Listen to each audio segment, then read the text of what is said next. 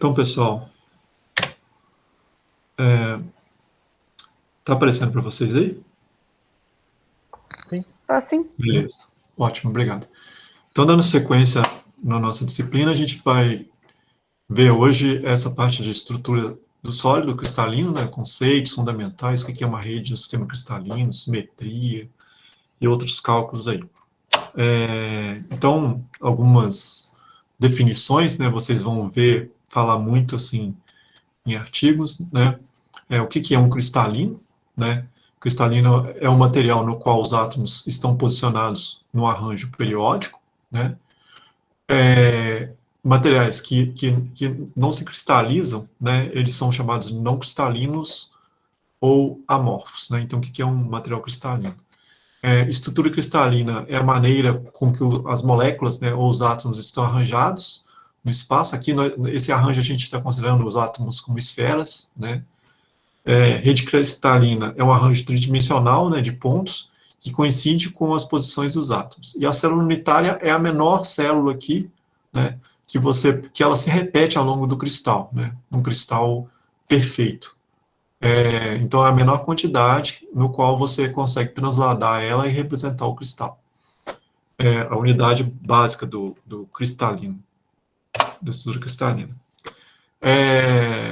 Aí aqui eu vou falar algumas estruturas cristalinas mais presentes nos metais, né? Tem a cúbica de face centrada, né?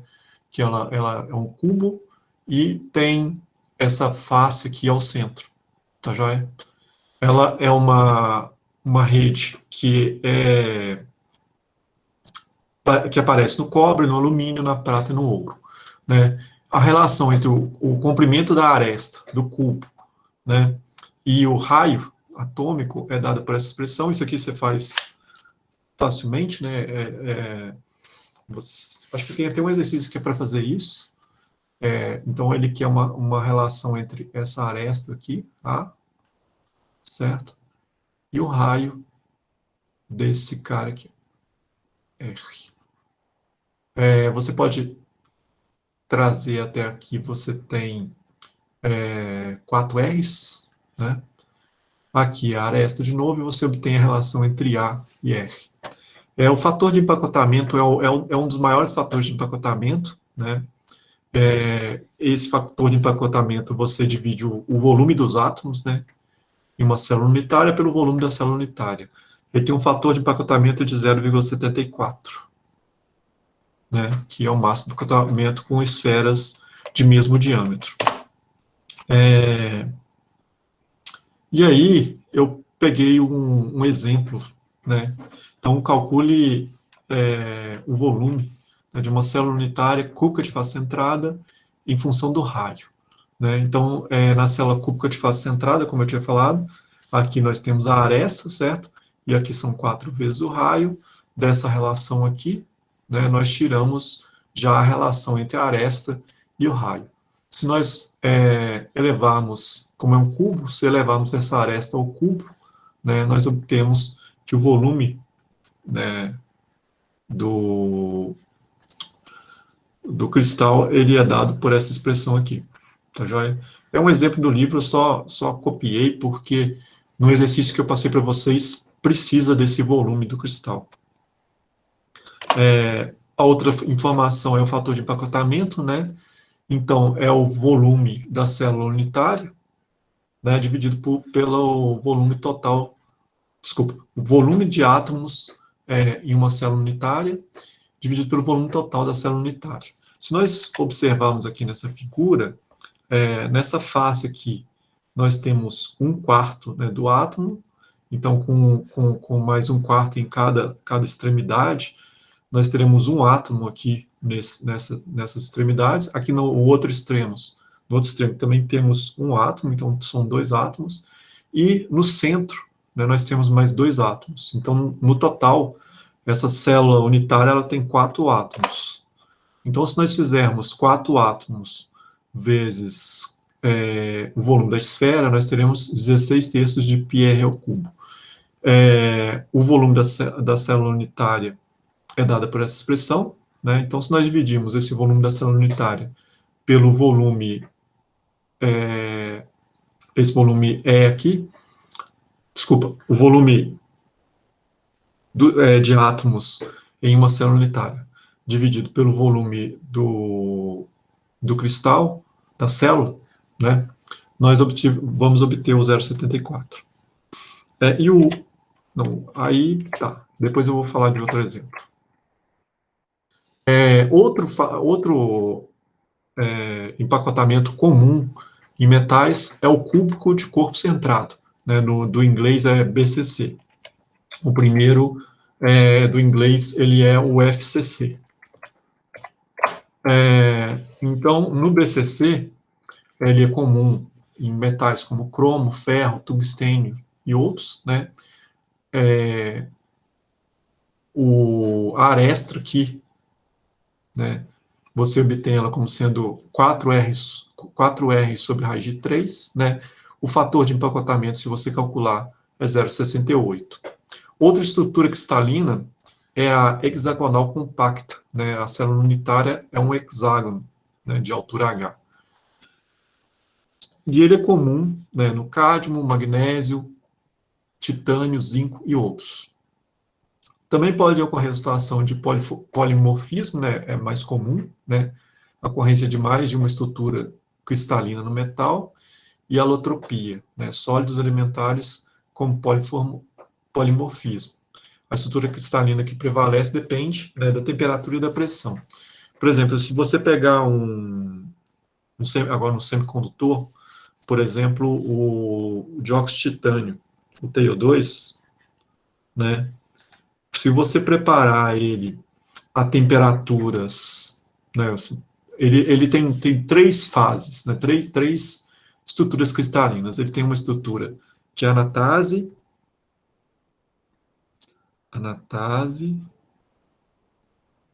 né, bruquita e rutilo. Então, bruquita e rutilo. Se você prepara esse material, essa fase anatase é uma fase que você consegue manter ela até baixas temperaturas. Então, durante a preparação do seu material, se você está em fase anatase e você controla situações de pressão e temperatura, por exemplo, se você aumenta a pressão, não, quer dizer, na pressão atmosférica, você se levando a sintetização até aproximadamente 450 graus Celsius, né, você consegue manter essa fase anatase.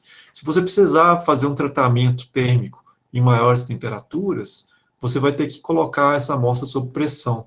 Então, se você coloca lá, se você aumenta a pressão sobre a atmosfera dessa amostra, por exemplo, coloca lá um valor de 2 atmosferas, você consegue subir um pouco essa temperatura sem que ocorra a transição dessa fase para uma fase intermediária, que é a bruquita, ou para uma fase estável, né, mais energeticamente satisfatória, que é a rutila. Mas aí você tem, por exemplo, aplicações. Por exemplo, se você vai aplicar o TiO2, que assim, uma das aplicações mais interessantes é a aplicação de dispositivos fotovoltaicos, né? Ele vai ter gap direto e vai ser uma situação interessante. Você precisa manter em anatase. Se você vai aplicar, por exemplo, em sensores, você pode aumentar essa temperatura, então aí você consegue aumentar essa temperatura e você ter essa fase rutilo. E essa fase bruquita é uma fase intermediária que é instável. Pouca fração do cristal fica nela. Voltando aqui ao livro-texto, né, você também pode calcular a massa específica teórica, né, da sua estrutura.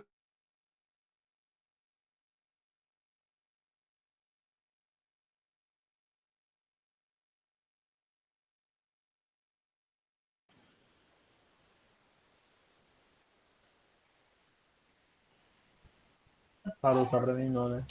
Pra mim travou também. Ah, travou? Travou. Quando você tava falando. Quando você começou a falar da massa específica. Espera aí que eu vou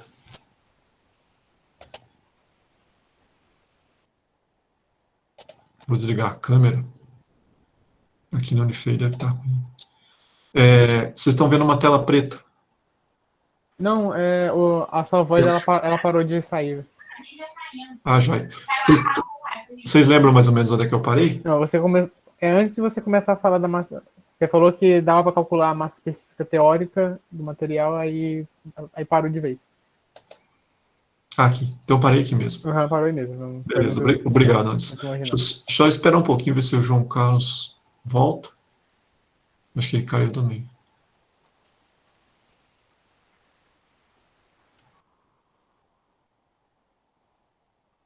Eu vou dando sequência.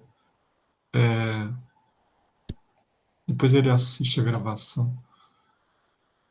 E se travar de novo, por favor, me avisa. Tranquilo, senhor. Valeu. Então, pessoal, a massa específica teórica também pode ser calculada, né, por essa expressão.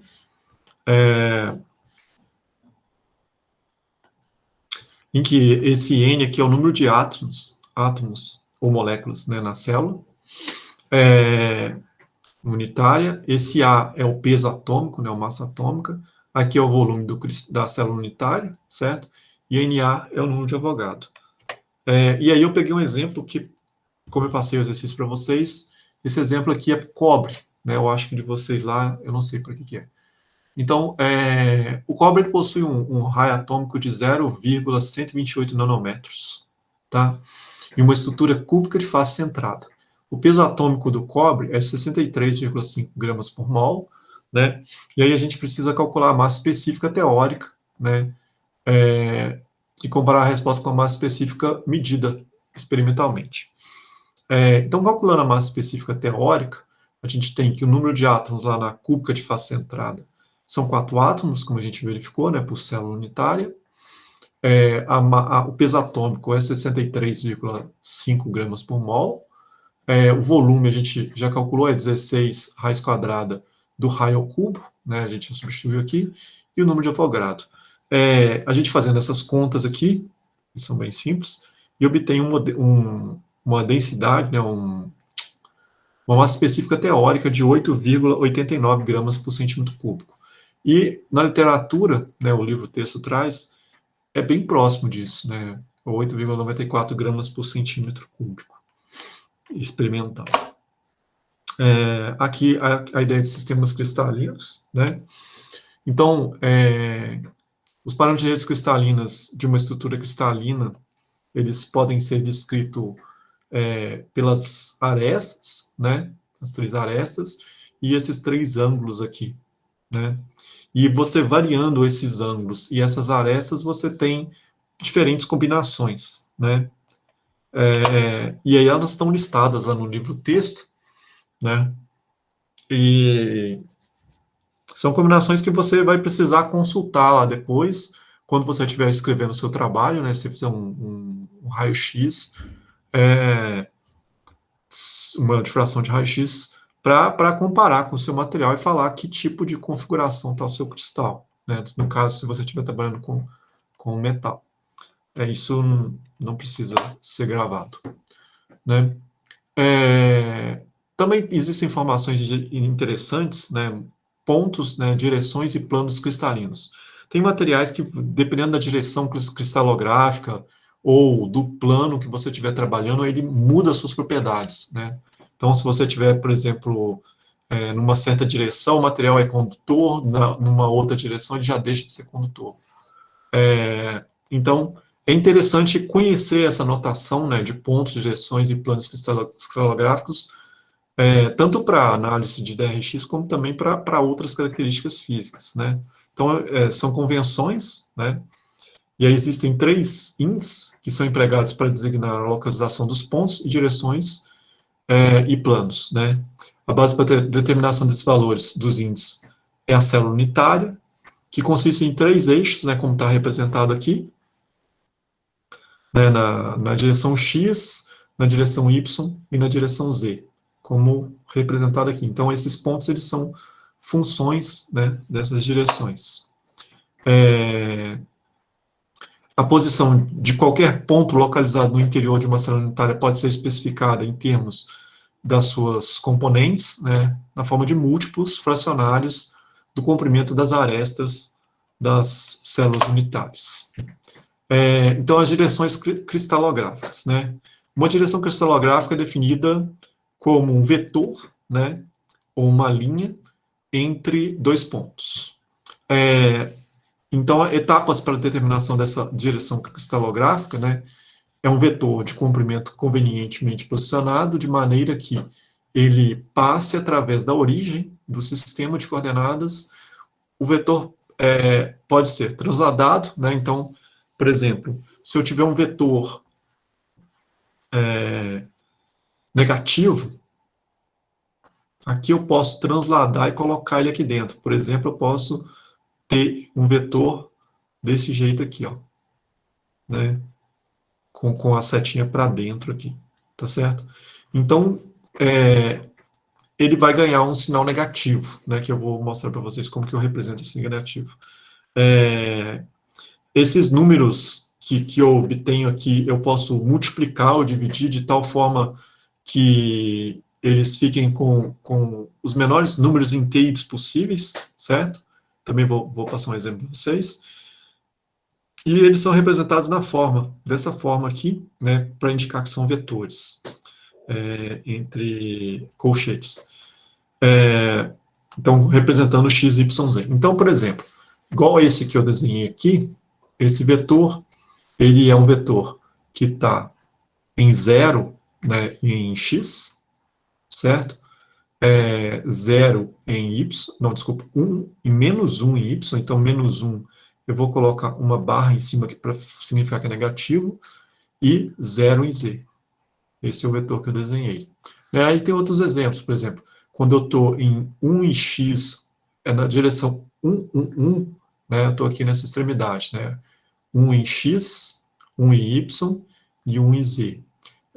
Na direção 1, 0, 0, né, quer dizer que eu estou em 1 em x, 0 em y e 0 em z. Mas, por exemplo, eu posso pegar aqui no meio do caminho, ó. Por exemplo, eu posso pegar um vetor aqui, né, que está aqui em meio.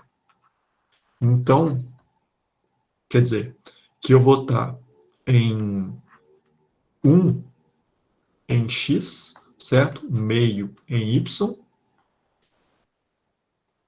e 0 em z, né? Meu vetor não sobe lá em z. Então, eu vou multiplicar todo mundo aqui por 2. Então, a forma correta de eu representar vai ser 2, 1, 0. Aquele vetor. Tá joia? Então, essas são as direções.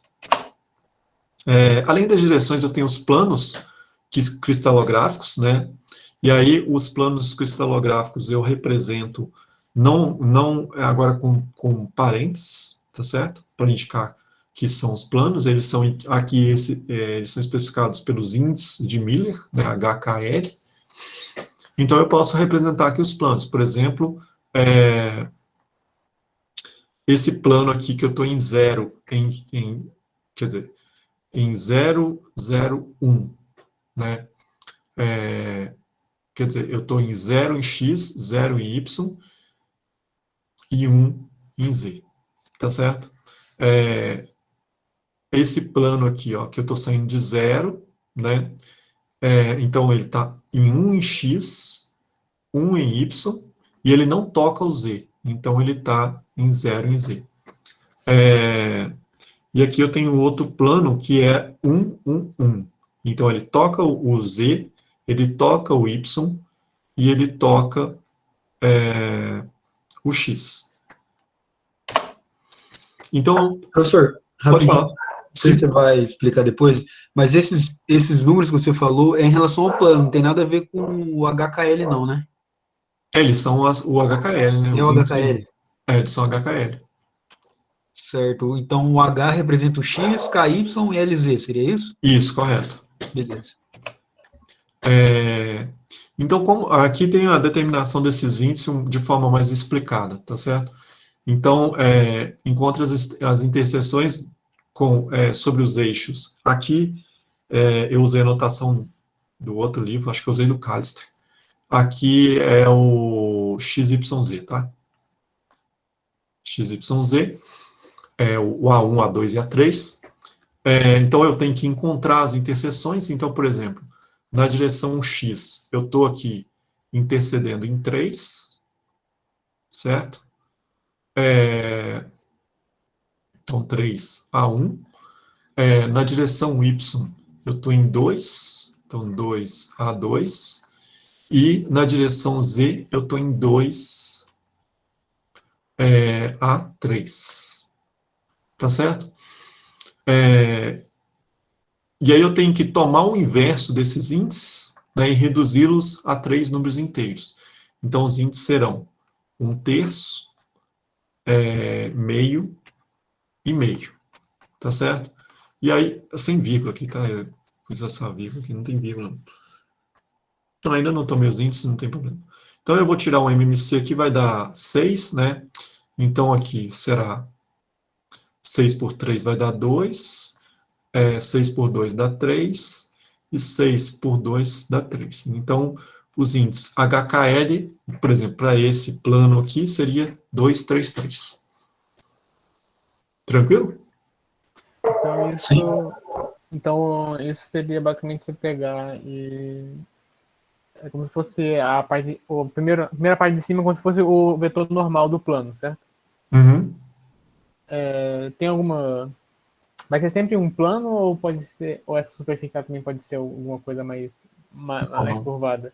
Não, sempre o plano. Vai ser um plano. Okay. Sempre o plano.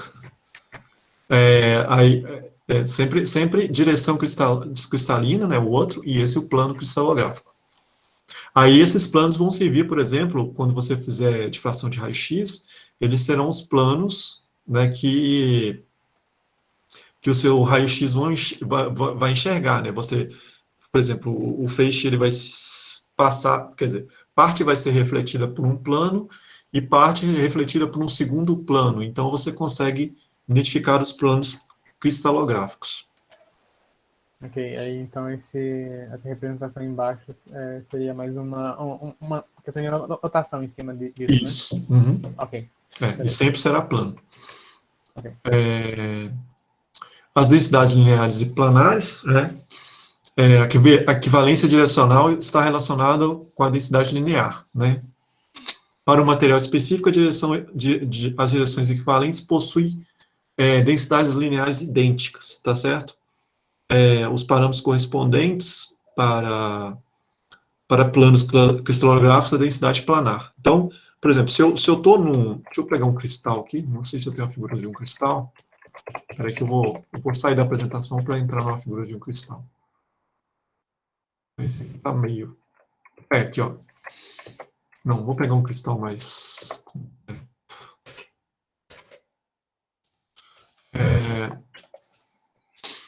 por exemplo... já voltou. Por exemplo, capítulo 3... Assim. Eu não pus essa figura por exemplo, se eu tenho esse plano aqui, ó, ele possui a mesma densidade desse plano A aqui abaixo, tá certo? E possui a mesma densidade desse plano aqui abaixo. Então, esse plano é igual a este, que é igual a este. Joia? Então, eles são planos cristalográficos. Agora, por exemplo, se eu pego numa direção, né, por exemplo, se eu pego nessa direção aqui, ó, na direção XYZ, né, que é 1, 0, 1, 1, 0. Se eu transladar, essa direção aqui ela é igual, ela tem a mesma densidade. Tá certo? E aqui no caso de empilhamento, né, de planos, aqui é um hexagonal compacto sendo empilhado, e aqui é um CFC empilhado. Então, vamos voltar aqui para as densidades. Então, a densidade linear ela é definida pelo número de átomos sobre o vetor direção, dividido pelo comprimento do vetor, na direção. A unidade de densidade linear é o inverso de comprimento, então 1 sobre nanômetro, né? O exemplo, a densidade linear 1, 1, 0. Né? Então, eu estou aqui zero desse vetor para uma estrutura cúbica de face centrada, né, nessa direção, quer dizer, eu tenho aqui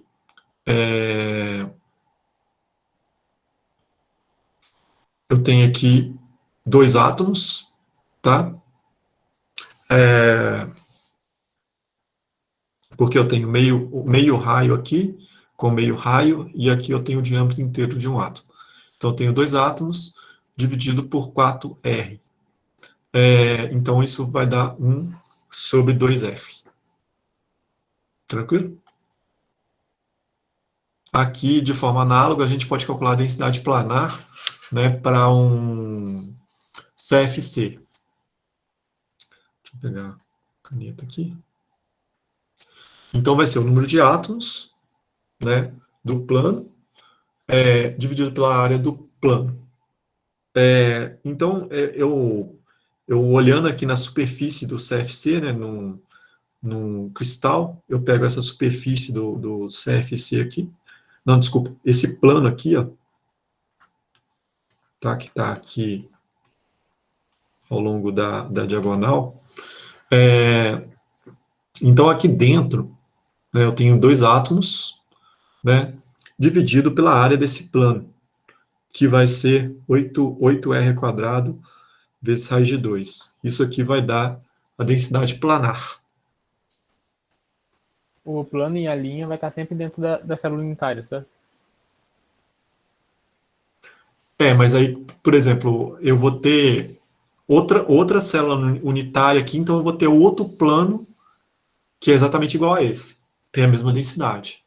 Mas ele, sim, quando você vai tomar é uma questão interessante, quando você vai tomar um plano dentro de uma célula unitária, né, esse plano, né, tem que contemplar todos os átomos daquela Do cristal inteiro, né? Isso. Eu não consigo pegar um. Quer dizer, se eu for repetir esse plano, né, desculpa, ele tem que contemplar, né, os mesmos átomos transladados. Tá, entendi. Então, beleza. E aí a gente vai ver a parte de materiais cristalinos e não cristalinos, né? A gente tem materiais cristalinos, né, um único cristal, né, um sólido, um monocristal. Temos materiais policristalinos, né, que são cristais com diferentes, pequenos cristais, né, que são chamados de grãos, que estão com diferentes direções cristalográficas, certo? E aqui eu tenho um exemplo, né, dessa questão. Uma célula solar monocristalina, né, de silício, e uma célula solar policristalina. Vocês visualizam aqui que você tem diferentes cores, né? Você visualiza que os cristais eles estão desalinhados. Quando você coloca, faz o material, né, com essa característica, você vai ter a formação de grãos, né, que são esses agrupamentos de cristais, e contornos de grão, né, essas regiões aqui, ó, em que os grãos, né, os átomos, eles estão desalinhados, né. Essas regiões, vocês imaginam, se um átomo ele tem que fazer um número certo de ligações, né, para completar a sua camada de valência, essas regiões elas vão ter regiões que estão incompletas, né? Então, elas são regiões que estão suscetíveis, por exemplo, a receber impurezas, né? Por exemplo, átomos de impureza para fazer ligação, né? Ligações. E porque as ligações estão incompletas, né? São regiões de maior energia, né? Tem um potencial maior aqui nessas regiões, certo? Maior potencial de ligação, certo? E aí vários efeitos vão ocorrer aqui nessas regiões. Por exemplo, a difusão ela vai ser maior nessas regiões, né? Por ter estados livres, certo? Ao mesmo tempo, se você faz passar por isso aqui um campo elétrico, né? Então, você coloca aqui uma diferença de potencial ao longo dessa amostra. O seu portador, ele vai, quer dizer, o seu portador de carga, que pode ser um elétron, um buraco, ele vai sentir a presença desses contornos, né, como barreiras de potencial. Então, você vai ter o tipo de condução por contornos de grão. O seu portador ele vai ter que tunelar, né, ele saltar esse contorno de grão para que ocorra a condução elétrica. Então, tem vários efeitos aqui físicos que estão envolvidos aqui nesse contorno de grão. Depois a gente vai estudar um pouco mais sobre esse contorno. Então, por exemplo, quando você pega lá um wafer de silício tipo P, tipo N, você tem um monocristal, né? Tipo P, tipo N. Apesar de ser um monocristal, essa interface aqui, né, essa face do cristal, né, o limite do seu cristal, onde faz a parte superior do seu cristal, ele está mais suscetível a capturar impureza, né, a você fazer com que ele capture elementos para fechar suas ligações, né, para completar suas ligações nas extremidades. No interior do cristal, não. No interior do cristal, ele já realizou todas. Geralmente, o cristal está com todas as ligações satisfeitas ou não, né? Você tem ligações incompletas. Mas aí, essa região da superfície, ela está mais suscetível a capturar impureza. Por exemplo, capturar oxigênio, né? E aí, você formar um SO2 na superfície. Professor, pode falar. Rapidinho, esses contornos, ele é bom ou é ruim? Depende. Depende? Depende. Depende da aplicação, né? Por exemplo, se você estiver fazendo vamos pegar uma aplicação bem interessante. Se você estiver fazendo um capacitor, né? E aí você, olha só, como que é um capacitor comercial? Você tem um monte de folha de alumínio enrolada em um isolante, né? Um polímero, certo? Agora você imagina a situação. Você cria um material, né? Que aqui dentro é um metal, é um condutor, né? E esse seu contorno de grão, ele é isolante. Né? Você está replicando justamente o núcleo de um capacitor, só que em estado sólido. Isso se aplica, por exemplo, também a baterias, né? Que é o mesmo princípio.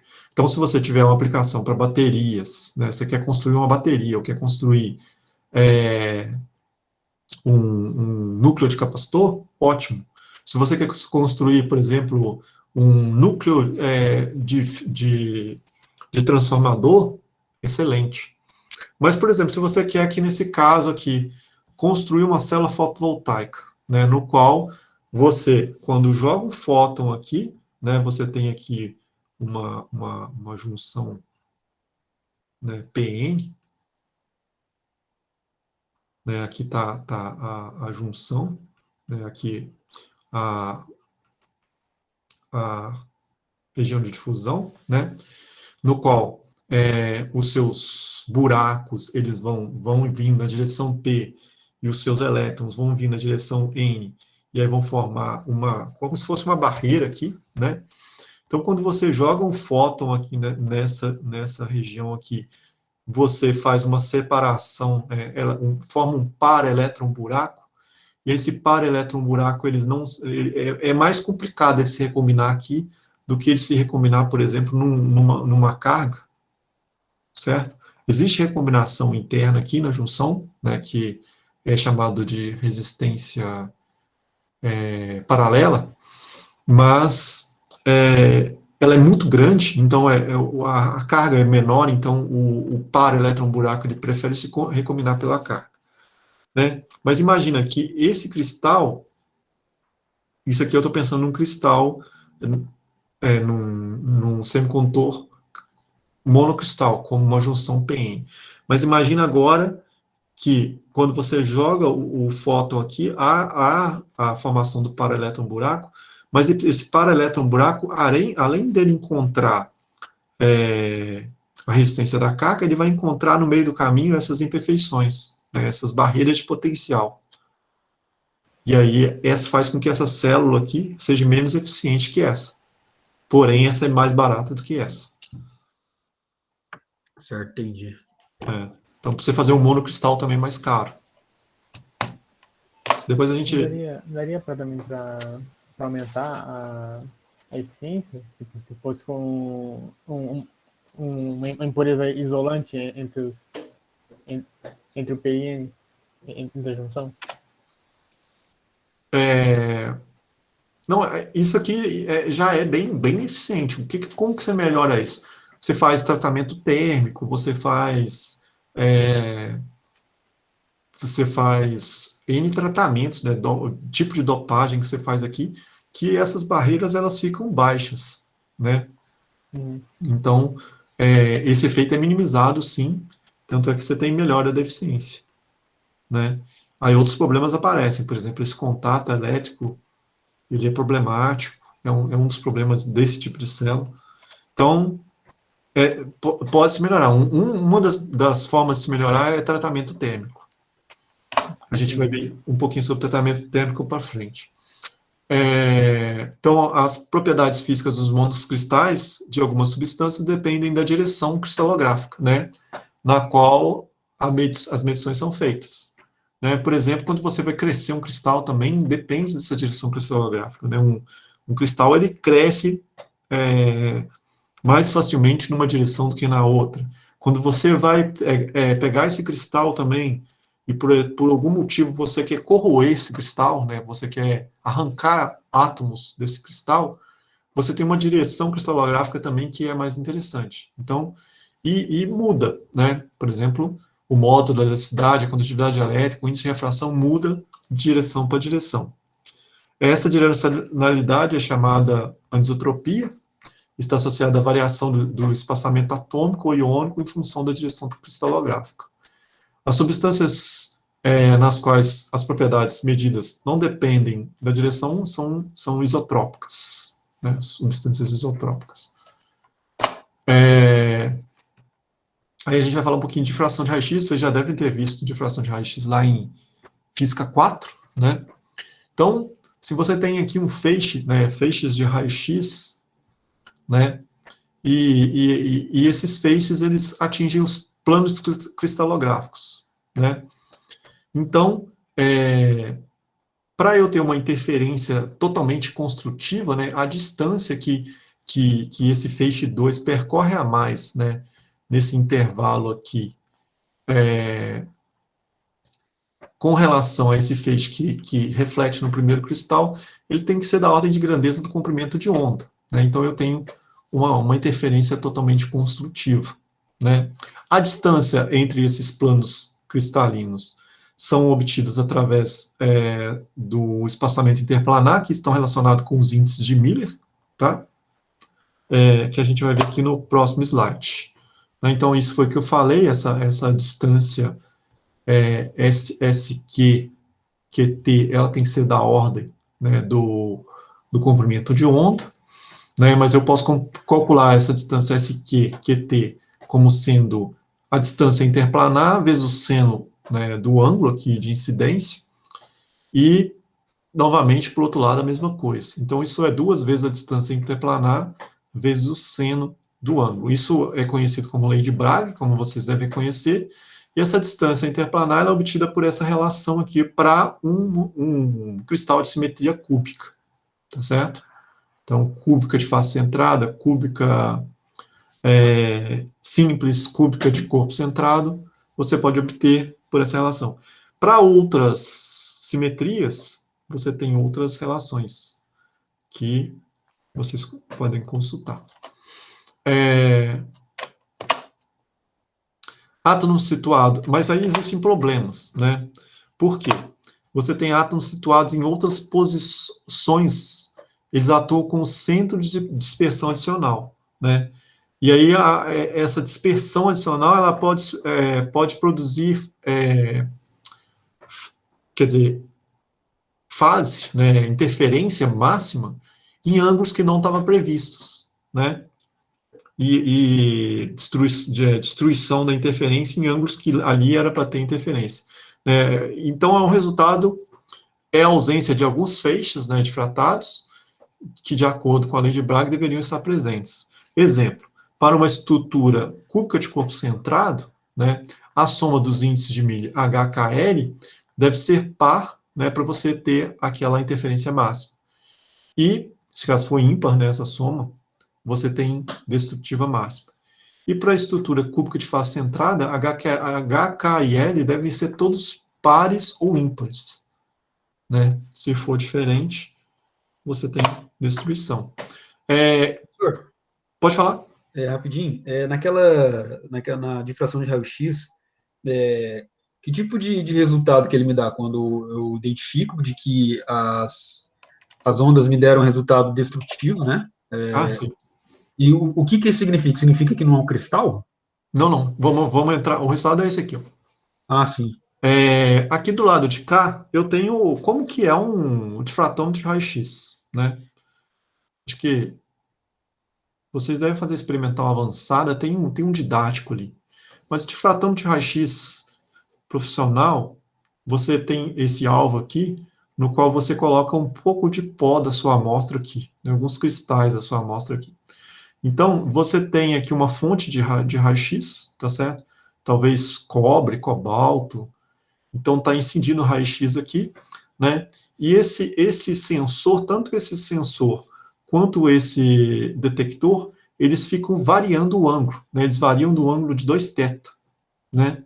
Então, esse ângulo de 2θ, ele pode variar, por exemplo, aqui de um ângulo muito próximo de 0 graus, né? Até grandes ângulos, tá certo? E aí você vai ter regiões destrutivas, certo? E as regiões construtivas com diferentes intensidades, tá certo?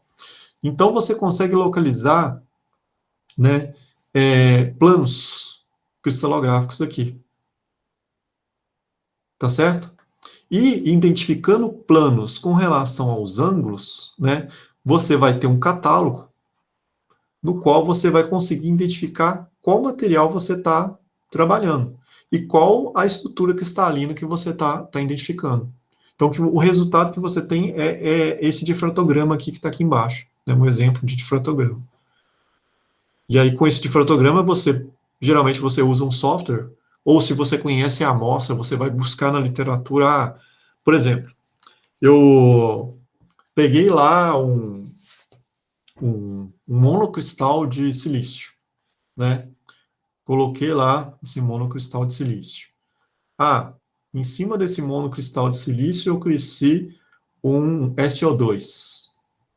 Então aqui eu tenho silício, aqui eu tenho SO2. E aí acima desse monocristal de SO2, eu coloquei, por exemplo, um polímero. Vamos colocar aqui um trabalho que eu trabalhei da última vez, coloquei PAN, que é um polímero, e acima do polímero eu coloquei uma terra rara, que é érbio. Né? Aí, beleza. O que eu fiz? Fui lá no raio-x, fiz o difratograma e localizei os picos. Beleza. Primeira coisa, procuro na literatura os picos do silício. Tal pico que apareceu é do silício. Procuro na literatura picos do SO2. Tal pico é do SO2. Vamos ver da PAN. PAN é um polímero. Né? PAN vai dar não vai dar pico, mas vai dar algumas coisas assim pequenininhas, né? Quer dizer, coisas, ou alguns picos, mas vai dar bastante coisa Se fosse um contínuo? amorfa, né? Devido ao fato de ser um polímero amorfo, né? Mas eu consigo identificar a pane aqui pelo fato dela ser amorfa. Localiza os picos de Hébel. Então, no meu trabalho, eu consigo falar, né, quais são os picos e de que são esses picos, certo? Isso para o material, no caso aqui, é mais complicado porque tem esse material amorfo aqui. Mas, por exemplo, se eu estou trabalhando com um material mais tradicional, sei lá, estou trabalhando com óxido de manganês, óxido de ferro e óxido de zinco, para fazer, por exemplo, uma ferrita, né? Então, aí esses picos são bem, bem tradicionais. Então, o próprio software, quando você manda pesquisar, ele já localiza para você de quem que é cada pico, qual a estrutura cristalina, porque é um material cristalino. É bem fácil, né? Por exemplo, o TiO2. O TiO2 é um material que o próprio tutorial do DRX, né, do software do raio-x, por exemplo, aqui na universidade a gente usa o HiScore, que é o software que tem do raio-x da universidade. O tutorial do raio-x ele usa como exemplo o TiO2. Então ele já te dá onde estão os picos do TiO2, o deslocamento desses picos, se provoca se ele é rutilo, anatase ou se é bruquita. É isso. Deixa eu... Aqui. E esses picos também mudam dependendo da direção da sua amostra, tipo, se tem alguma rede cristalina um pouco mais direcionada. Sim, você pega, por exemplo, se você analisar nessa direção aqui, por exemplo, esse exemplo, de cima para baixo, você vai localizar alguns picos, se você analisar de cá da esquerda para a direita, são outros picos. Mas aí tem como saber, tipo, se eu não sei qual que é a amostra, aí eu só coloco ela no difrator e... Então, como você vai colocar pó, né, geralmente é pó que eles usam, é por isso, você vai colocar o pó, ele vai estar totalmente aleatório. Então você vai estar pegando o pico de uma direção e de outra direção. Deixa eu ver se eu localizo alguns DRX para mostrar a vocês aqui. Por exemplo, materiais bem cristalinas, que os picos são fáceis de identificar. Eu não tenho HiScore instalado nesse computador, senão até mostrar para vocês. Por exemplo, vou pegar um material aqui que é bem cristalino. Por exemplo, deixa eu ver o trabalho da Valesca. Esse aqui, ó. Esse material aqui, ele tá vendo, ó, é manganês, cobre, ferro. Então, é um cristal.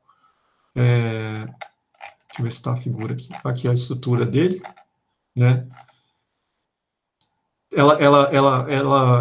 Isso aqui, quer dizer, o que ela fez? Primeiro, ela fez o tratamento do raio-x, que está aqui, ó, né? Então, ela mudou a fração de manganês com relação ao cobre, tá vendo? Manganês X, cobre 1 menos X. Então, esse X está indicado aqui, ó.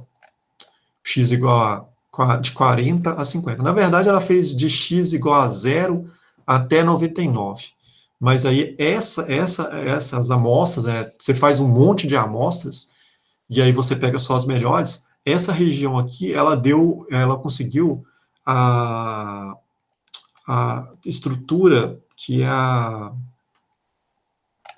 Como é que chama a estrutura dela? Que ela estava buscando. Deixa eu pegar aqui no resumo. Cobre e tal, a estrutura...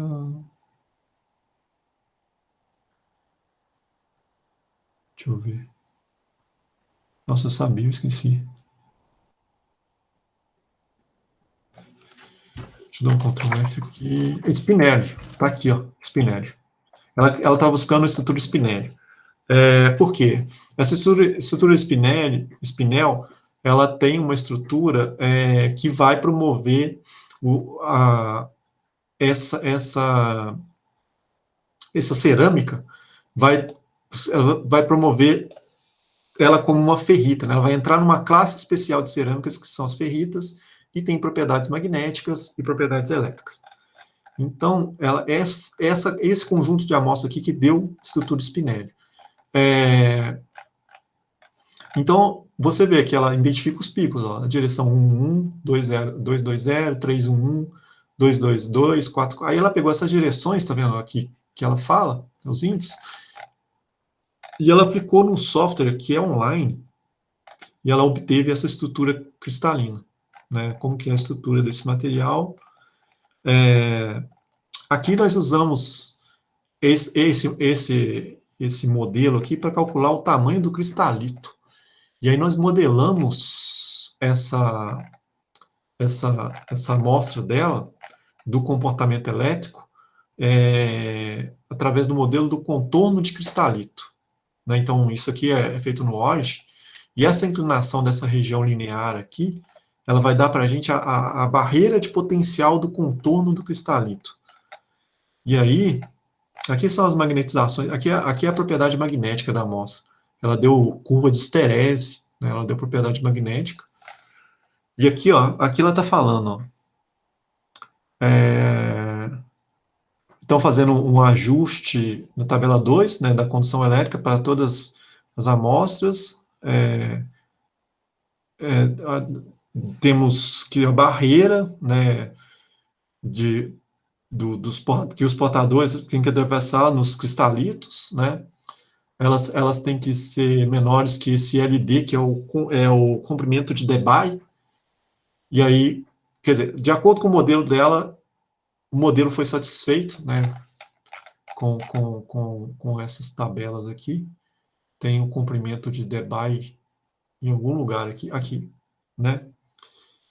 E que é o comprimento de difusão do elétron, né? Então, por exemplo, você aplica um campo elétrico, esse elétron ele se difunde, né? Ele viaja até sofrer uma colisão, certo? Então, é esse comprimento de Debye. Aqui é a altura da barreira, né? Da ordem de 400 eletronvolts, quase 500 eletronvolts. Então, é uma barreira coisa. Aqui a permissividade elétrica do material, isso aqui foi tirado através de medida de impedância. Então, é um exemplo. Agora, um exemplo no qual a amostra, o raio-x é bem complicado. Por exemplo, esse artigo aqui. Deixa eu ver se ele está aqui abaixo.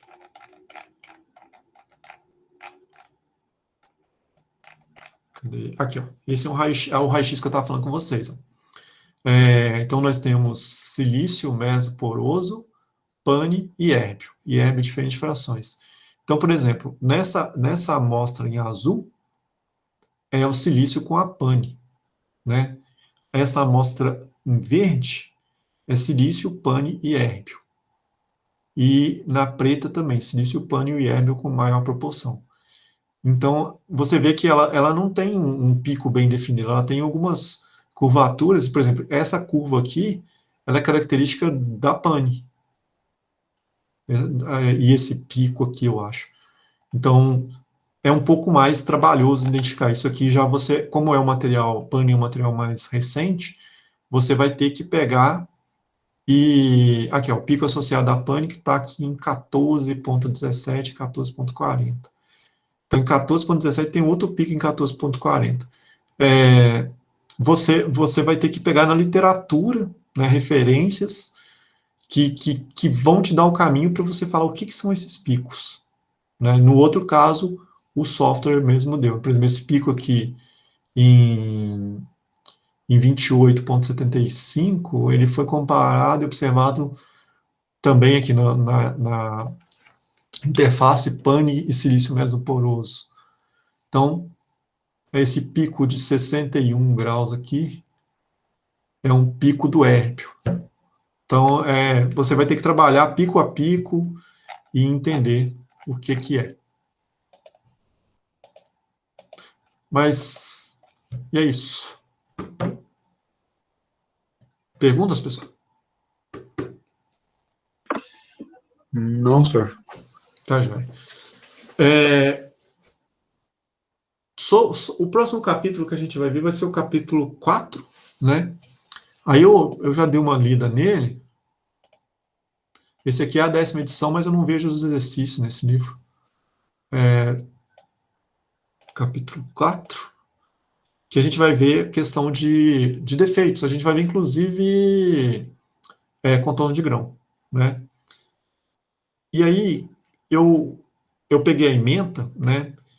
E aí, na ementa, não fala dessa parte de técnicas de visualização, né? De imageamento de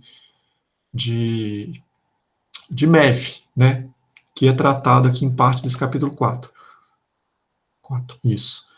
Então, eu gostaria que vocês fizessem um estudo, e aí, se vocês tiverem interesse, aqui dá uma pincelada nesse 4.2, 4.10, né? Mas aí, por mim, vocês podem pular esse 4.10 porque ele é bem superficial. E, por enquanto, a gente não vai entrar. Existe uma disciplina só sobre microscopia, né? Que vai trabalhar com microscopia. Então, vocês podem estudar, né, do 4.1 até o 4.8, né, que são vibrações em átomos. 4.8, vibrações, que são os fônons. E aí, do 4.10 para frente, vocês podem abandonar. Então, já se tiver curiosidade, pode ficar à vontade para ler. Beleza. Combinado? Só uma curiosidade, ali naquela técnica de raio-x ali é efeito Thomson? Não é... É o que a gente mostrou lá, é o... para gerar o raio-x? Isso, é que o experimento É Bremsstrahlung. bastante. Ah, entendi. Bremsstrahlung. Bremsstrahlung é livre. O elétron é acelerado dentro da lâmpada e produz raio-x lá. Lâmpada, eu chamo de lâmpada, parece uma lâmpada, né? Mas é uma fonte de raio-x. Mas é chamado radiação Bremsstrahlung. Tranquilo. Deixa eu parar de gravar aqui. A gente continua conversando.